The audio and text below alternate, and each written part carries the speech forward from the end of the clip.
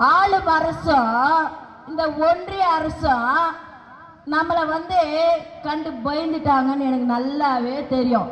எப்படின்னா, ஒரு படத்துக்காக இந்த ஆளும் அரசும் ஒன்றிய அரசும் பயப்படுதுன்னா அந்த படம் ஜனநாயகன் மட்டும்தான், நம்ம தலைவர் படம் தான்.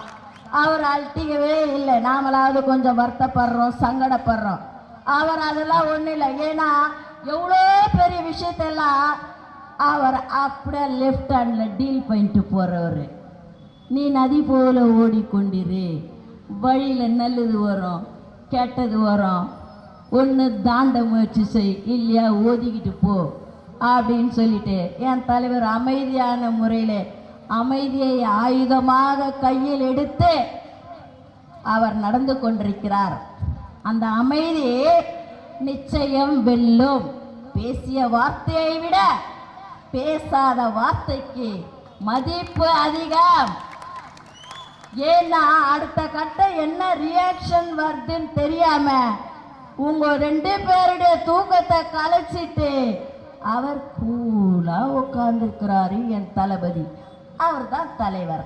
தலைவர்னா சும்மா இல்லை, படைகளை முன்னே அனுப்பி பின்னால் நின்று வழி போகும் படைகள் செம்மையாக செல்கிறத பார்ப்பவரும் தலைவர் தான். முன்னால் சென்று பின்னால் வரக்கூடிய படைகளும் சரியான பாதையில் வருகிறதா என்று பார்ப்பவரும் தலைவர் தான். 2 விஷயமே என் தலைவர் பண்ணிக்கிட்டு இருக்காரு.